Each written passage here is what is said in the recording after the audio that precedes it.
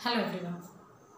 आज हम बात करने वाले हैं बहुत ही इम्पॉर्टेंट टॉपिक की, जो हम होम्योपैथ्स के लिए प्रैक्टिस शुरू करने से पहले पता होना चाहिए, एंड दैट इज़ अनप्रेजुडाइज्ड ऑब्जर्वर। आप इस शब्द से बहुत फैमिलियर होंगे, इस वर्ड से आप फैमिलियर होंगे, आपने कई बार इसको पढ़ा होगा, सुना होगा, और इसका मीनिंग अगर हमें सही समय पर समझ आ जाए तो हम होम्योपैथ्स को अपनी प्रैक्टिस में बहुत ज़्यादा डिफ़िकल्टीज नहीं होंगी, क्योंकि जो होम्योपैथी है ये आर्ट है, और इस आर्ट को जानने के लिए, समझने के लिए हमें अनप्रेजुडाइज्ड ऑब्जर्वर होना पड़ेगा। So friends, today my topic is unprejudiced observer. ये क्या होता है और क्यों होम्योपैथ्स को अनप्रेजुडाइज्ड ऑब्जर्वर होना चाहिए, इसे हम समझते हैं। देखिए, अनप्रेजुडाइज एक शब्द होता है प्रेजुडाइज। प्रेजुडाइज का मतलब होता है बायास्ड होना।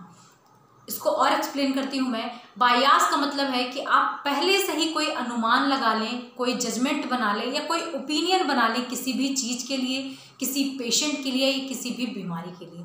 अब होम्योपैथ्स के लिए इसको और समझते हैं कि जब आप प्रेजुडाइज होते हैं, बायास्ड होते हैं किसी भी बीमारी को लेकर के, किसी भी मेडिसिन को लेकर के, आप पहले से ही अपनी ओपिनियन बना के बैठते हैं कि अगर ऐसा पेशेंट है तो ये सिम्टम्स हैं तो ये मेडिसिन देना है। और अगर इस तरह से अगर कोई भी आप जजमेंट पहले ही बना देंगे और सिर्फ एक किसी डिसीज़ पे फोकस करेंगे, तो हम होम्योपैथ्स के लिए मेडिसिन को सही सेलेक्ट करना, इंडिविजुअलाइज करना पूरी तरह से डिफ़िकल्ट हो जाता है, और आप पार्शियल सिमिलिमम की तरफ जाते हो। हमारा जो एम होता है पेशेंट को लेकर के, वो सिमिलर रेमेडी, सिमिलिमम को सेलेक्ट करना होता है। और अगर आप प्रेजुडाइज हैं तो ये सारे चीज़ें हमारे साथ हो सकती हैं। अब ऑब्जर्वर का मतलब समझते हैं। ऑब्जर्वर मीन्स क्या होता है, शब्द ही बता रहा है कि किसी भी चीज़ को, किसी भी ऑब्जेक्ट को, किसी भी मोटो को जहाँ पर आपको कंटिन्यूसली वॉच करना है, उसे कंटिन्यूसली उस पर पूरा फोकस करना है, और उसे देखते हुए अपनी एनालिसिस के आधार पर, अपने ऑब्जर्वेशन के आधार पर आपको निर्णय लेना होता है। तो ऑब्जर्वर का मतलब होता है कि किसी भी इंसिडेंट्स को, किसी भी चीज़ को जिस बारे में हम पढ़ रहे हैं या समझ रहे हैं, उसको पूरी तरह से समझना, कंटिन्यूसली उसे वॉच करना, एनालाइज करना, और उस बेसिस के आधार पर, अपनी कीन आइज़ के आधार पर आपने क्या महसूस किया, आपने क्या देखा। अब होम्योपैथ्स के लिए कैसे इसको और ब्रॉड वे में समझेंगे, तो होम्योपैथ्स के लिए कि हमारा पेशेंट जब हमारे पास आया तो हमने अपनी आंखों से क्या साइन एंड सिम्टम्स देखे, क्या ऑब्जर्व किया, चाहे वो हमारा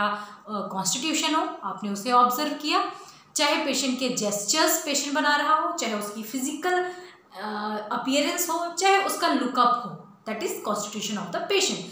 तो यहाँ पर ऑब्जर्वेशन का मतलब है, ऑब्जर्वर का मतलब है आप किसी भी चीज़ को, किसी भी ऑब्जेक्ट को कंटिन्यूसली एक टाइम तक उसे वॉच करें, उसे समझें, जानें, और खुद के ओपिनियन वहाँ पर बनाएं, सेल्फ ओपिनियन बनाएं, ना कि प्रेजुडाइज होकर बनाएं, बायास होकर बनाएं, है ना।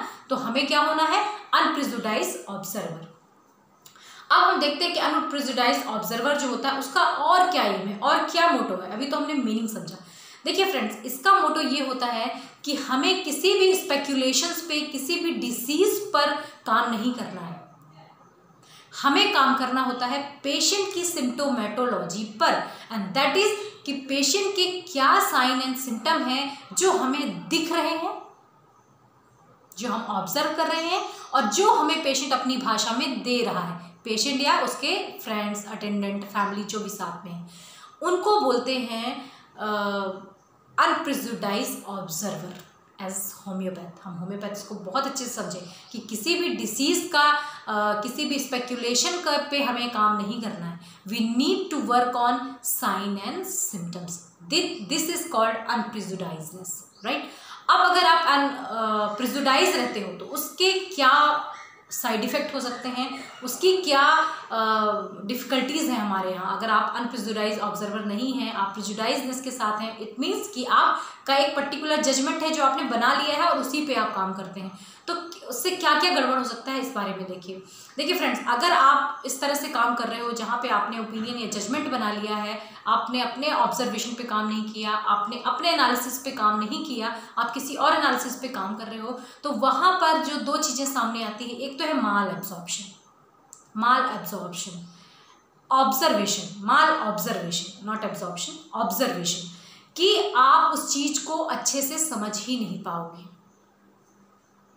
जिस बारे में हम ऑब्जर्व कर रहे थे, जिस बारे में हम बात कर रहे थे, लाइक हम होम्योपैथ अगर किसी केस को समझना चाह रहे हैं, तो अगर वो केस हमारे पास नहीं आया है, हमने खुद से साइन एंड सिम्टम्स कलेक्ट नहीं किए हैं, इसको बहुत अच्छे से सुनिएगा, तो आपको वहाँ पर माल ऑब्जर्वेशन होगा, क्योंकि आप दूसरों का महसूस किया हुआ, दूसरों का फील किए हुए सिम्टम्स के द्वारा, थर्ड पर्सन के द्वारा अगर कलेक्ट कर रहे हो, अपने द्वारा आपने केस चेकिंग नहीं करी, खुद के द्वारा एनालिसिस नहीं करी, तो आप वहाँ पर माल ऑब्जर्वेशन में जाएंगे। मतलब कि कोई ना कोई कमी रह जाएगी, कुछ ना कुछ छूट जाएगा। दैट इज कहते हैं ना कमी, माल न्यूट्रिशन कहते हैं कि न्यूट्रिशन की कमी हो गई। इस वर्ड को इस तरह से समझे। हम होम्योपैथ्स के लिए ना इस होम्योपैथी की भाषा को समझना बहुत ज़रूरी है, और at the time of graduation in college हमारे लिए बहुत डिफिकल्ट होता है। तो आई एम ट्राइंग कि आपको ये ईजी हो जाए।